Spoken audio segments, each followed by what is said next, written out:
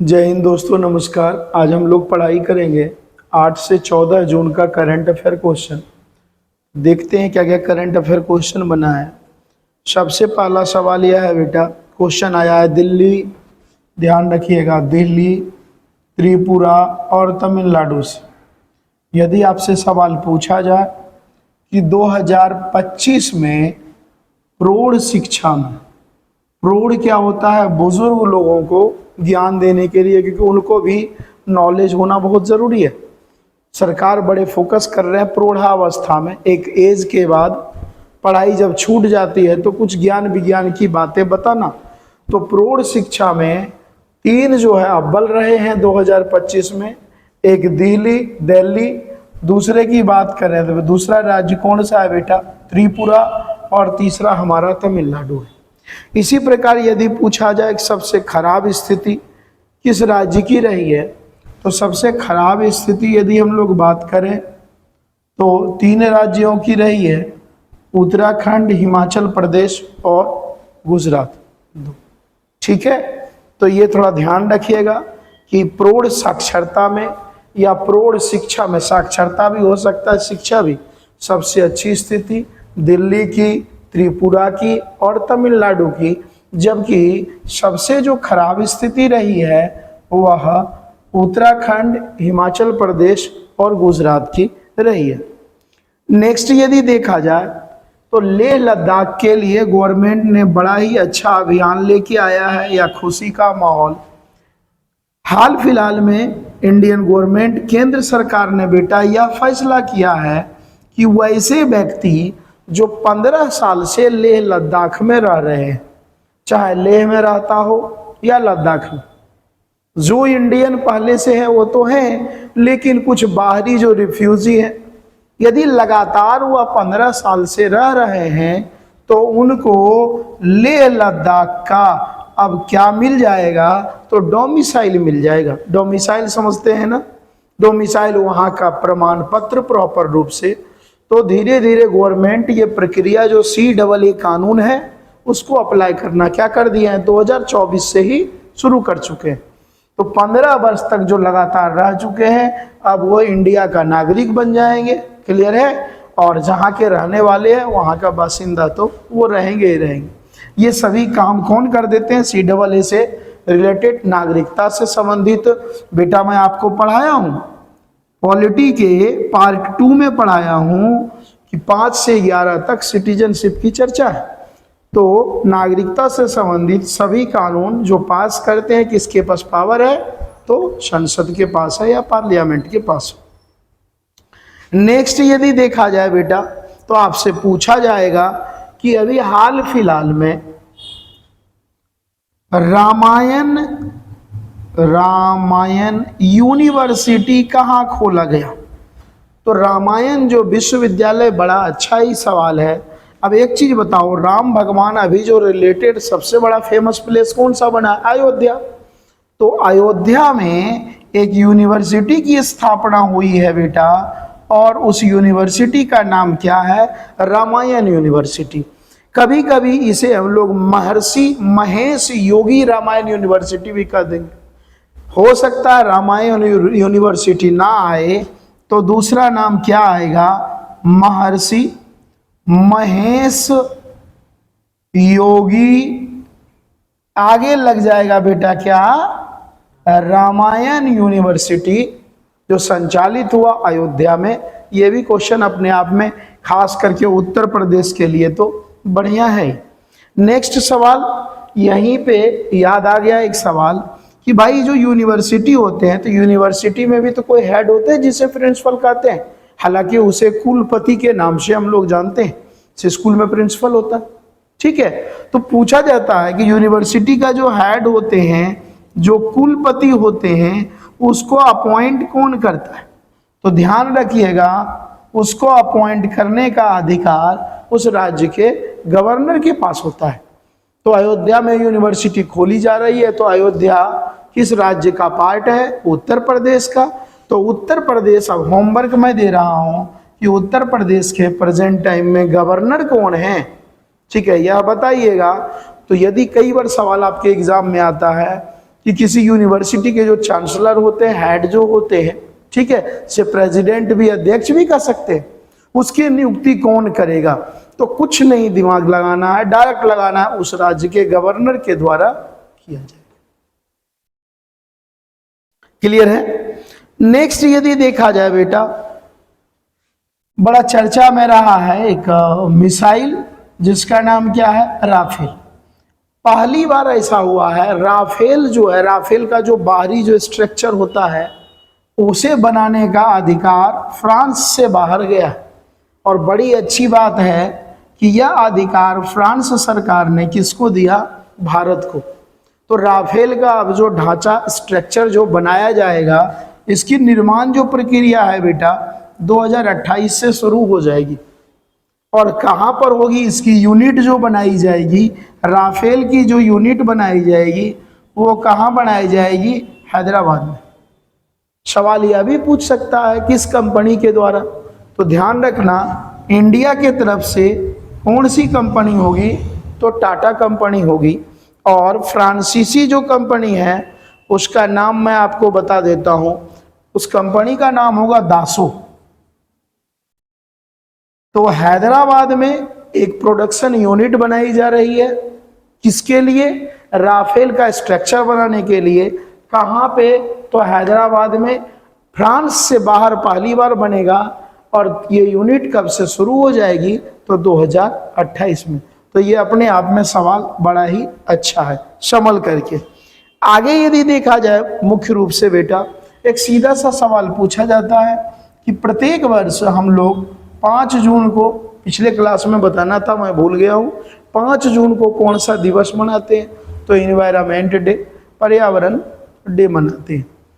अब यहाँ से पर्यावरण के अवसर पे भारत के प्रधानमंत्री ने एक वाल प्लान तैयार किया है। और वह जो है बेटा, वह जो वाल बनाया जाएगा वह प्लांट्स का बनाया जाएगा, वृक्ष, ठीक है, पेड़ पौधे का एक आवरण, एक लेयर, एक स्ट्रक्चर बनाया जाएगा। इसका नाम होगा ग्रीन वॉल प्रोजेक्ट। सबसे पहले सवाल यही पूछा जाएगा कि हाल फिलहाल में ग्रीन वॉल प्रोजेक्ट जो तैयार किए जा रहे हैं, ये स्टार्ट कब हुआ? तो 5 जून को। कंडीशन एक।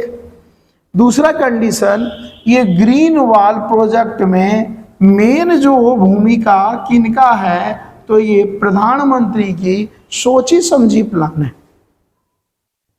क्लियर है? यह जो प्रोजेक्ट बेटा बनाया जाएगा, ये कहां से कहां के कॉरिडोर को जोड़ेगा? तो दिल्ली से गुजरात तक के कॉरिडोर को जोड़ेगा। क्लियर है? यह प्रोजेक्ट जो तैयार किया जाएगा, ग्रीन वॉल प्रोजेक्ट जो तैयार किया जाएगा, मुख्य रूप से कौन सा एरिया होगा?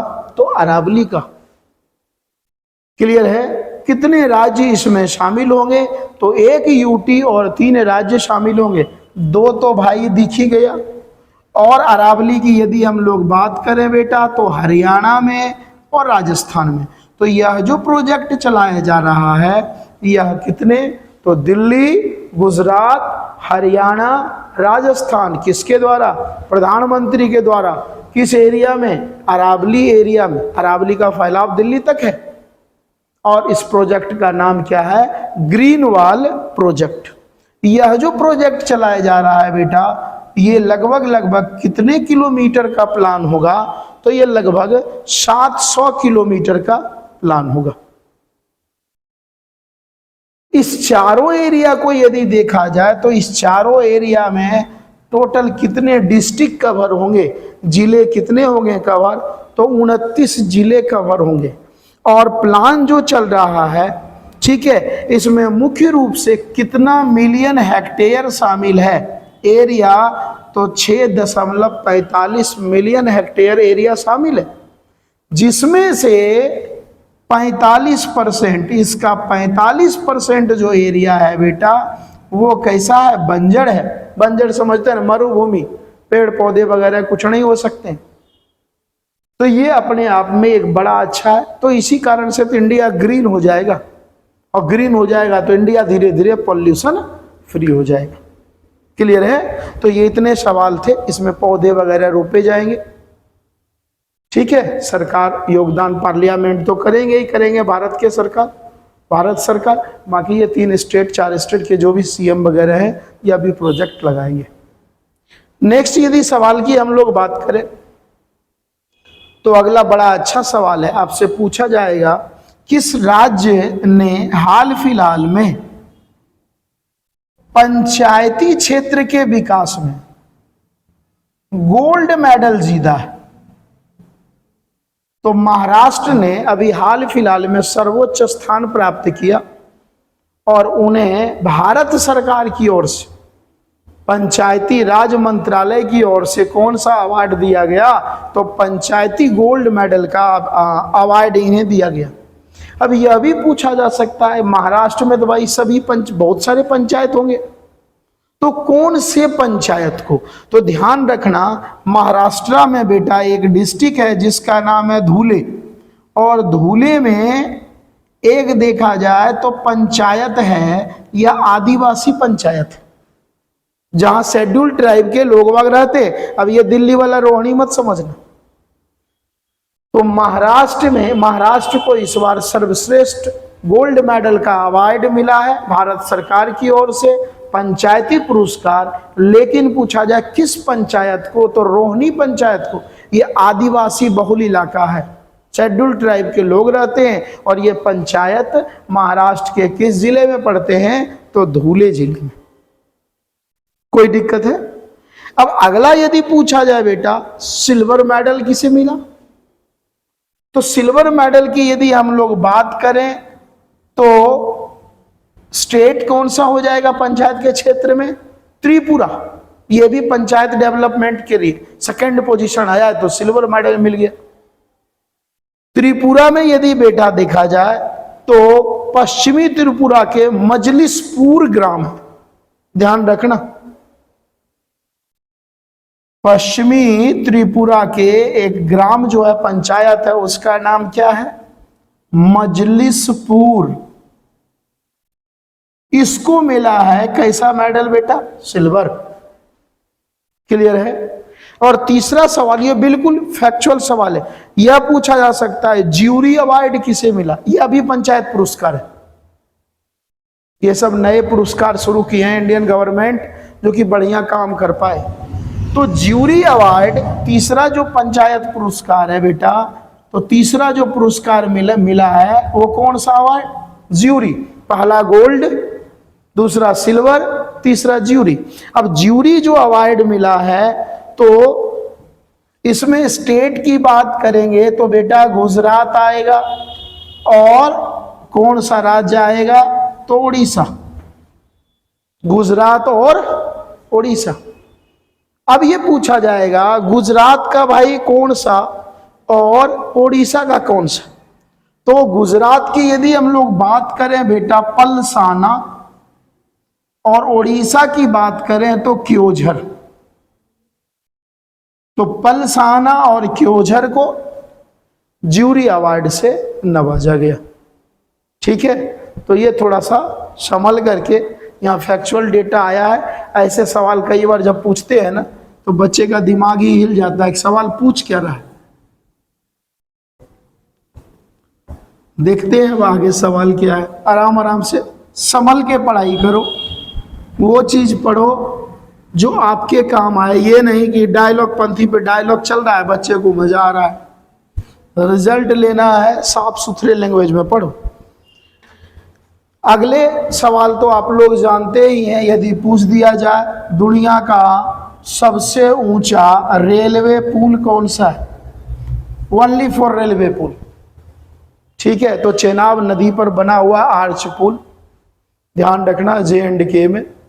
तो ऐसा कोई है नहीं कि ये चीज़ जानते नहीं, पहले भी मैं बता रखा हूँ, लेकिन था तो मैं आपको बता दिया। अगला बेटा यदि पूछा जाए कि इस वर्ष G7 की मीटिंग कहाँ होगी? G7 वर्ल्ड के टॉप 7 जो देश हैं जो ग्रोथ में सबसे आगे हैं। पहले G8 था।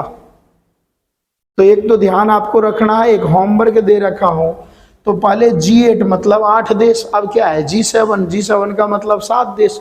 तो वो 8वां देश बेटा रूस था, और रूस G8 से बाहर कब हुआ, ये हमें जरूर आप लोग बताइएगा। क्यों हुआ वो छोड़ दो, वो विवाद किसी दिन मैं फ्री रहूंगा तो बता दूंगा। अब आपसे पूछा जाएगा कि इस वर्ष G8 की जो मीटिंग होगी वो कहाँ होगी। देखो मैं जून में अभी हूं करंट अफेयर, लेकिन है मंथ कौन सा चल रहा है भाई, सितंबर, क्लियर है। तो मैं जून की बात कर रहा हूं ना कि अभी की।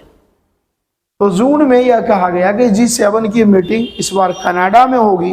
हो सकता है बेटा प्लेस पूछ दे तो फिर क्या करोगे, केनानासिक्स, प्लेस कौन सा है, केनानासिक्स में G7 कॉन्फ्रेंस आयोजित होंगे, जिसमें होस्ट भारत की ओर से कौन जाएंगे, तो भारत के प्रधानमंत्री। अच्छा यह भी पूछा जा सकता है बेटा अभी हाल फिलहाल में जो कनाडा के नए प्राइम मिनिस्टर बने हैं उनका नाम क्या है, तो उनका नाम है मार्क जे कार्नी। ये सब याद रखना, मार्क जे कार्नी। हाल फिलहाल में कनाडा में इलेक्शन हुआ है जिसमें कनाडा के नए प्राइम मिनिस्टर बने। नेक्स्ट आपसे पूछा जा सकता है बेटा कि भारत सरकार ने एक पोर्टल शुरू किया है और इस पोर्टल का नाम क्या है, उम्मीद पोर्टल। तो उम्मीद पोर्टल किससे रिलेटेड है, आपको पता है एक कानून मुस्लिमों के लिए एक कानून बना था, अभी नया वो पहले भंग हुआ फिर बना वक्फ कानून, ऐसे वक्फ बोला जाता है कानून। तो वक्फ का कानून में रजिस्ट्रेशन कराने के लिए भारत सरकार के द्वारा एक पोर्टल लॉन्च किया गया है जिसका नाम क्या है, उम्मीद पोर्टल। आगे यदि देखा जाए बेटा अभी हाल फिलहाल में वर्ल्ड बैंक की रिपोर्ट आई है और वर्ल्ड बैंक की रिपोर्ट में खास करके वर्ल्ड के कई कंट्री को गरीबी के बारे में बताया है। तो भारत में भी आईना दिखाया गया है कि भारत में गरीबी का क्या दृश्य। तो हम लोग बेटा यदि बात करें 2002 डेटा लेता है, 12-14 साल का लेता है, 2011-12 में बता रहा है कि भारत में लगभग गरीबों की संख्या कितनी थी, 27 करोड़ उस समय के हिसाब से। लेकिन प्रेजेंट टाइम में यदि देखा जाए वर्ल्ड बैंक का डेटा है, ध्यान रखना, अब कह रहे हैं कि धीरे धीरे गरीबी लगातार घटती चली जा रही है। पहले 27 करोड़ के आसपास गरीबी थी, ठीक है, या यूं कहो मुख्य रूप से यदि देखा जाए तो 27%, ऐसे भी ये इंडिकेटिव से समझ लो 27%। लेकिन डेटा जो नया आया है बेटा 2022 और 2023, ये वर्ल्ड बैंक का डेटा है, ध्यान रखना ये सब मान्य डेटा होते। अब कह रहा है भारत में गरीबी की संख्या कितनी हो गई, तो काफी, आप यहीं से देखिए रहन सहन बदलाव, बहुत सारे चीज बदलाव हुए हैं, हम लोग माने या न माने। इसके बाद कई बार हो सकता है बेटा उठा करके डेटा दे दे ग्रामीण और शहरी पे क्या असर पड़ा, क्योंकि गरीबी तो दोनों जगह घटी होगी। तो ग्रामीण यदि बेटा देखा जाए तो ग्रामीण डेटा पहले 8.4% था, जो अब घटकर कितना रह गया, 2.8%। तो गरीबों की संख्या गांव में लगभग अप्रोक्स मानो 3% के आसपास अब है। शहर की बात यदि हम लोग करें बेटा तो शहर में गरीबी की संख्या 10.7% थी, जो अब जो रह गई 1.1%। ये वर्ल्ड बैंक का डेटा है, इसलिए बड़े संभल करके देखना, हमें भी खुद देखना पड़ता है एक एक करके, क्लियर है। अब पूछा जाए कि कौन से ऐसे 5 राज्य हैं जो बढ़िया किया, गरीबी घटाने में अहम योगदान दिया। छोटे राज्य होते थे, चलो बड़े बड़े राज्य हैं, जैसे यदि हम लोग बात करें बेटा यूपी, एमपी, एमएच, बिहार और वेस्ट बंगाल, सब लार्जेस्ट पॉपुलेशन वाला है, लगभग सब। माना जाता है इन सभी राज्यों में गरीबी का दर 2/3 घटा है। तो सबसे ज्यादा गरीबी छोटे राज्यों में गरीबी घटेगी, कोई असर नहीं होगा, ज्यादा आबादी वाले में गरीबी घट रहा है। तो ये वर्ल्ड बैंक का हाल फिलहाल में डेटा आया हुआ, ठीक है, तो इसे थोड़ा सा देख लेना आप लोग। ये जितना भी मैं बताया हूं घटा है, सब 2022-23 का रेशियो है। ये बता रहा है 2011-12 का, ये वाला 2011-12 और ये वाला जो घटा है 2022-23 का, ठीक है। किसकी रिपोर्ट है? तो वर्ल्ड बैंक की रिपोर्ट।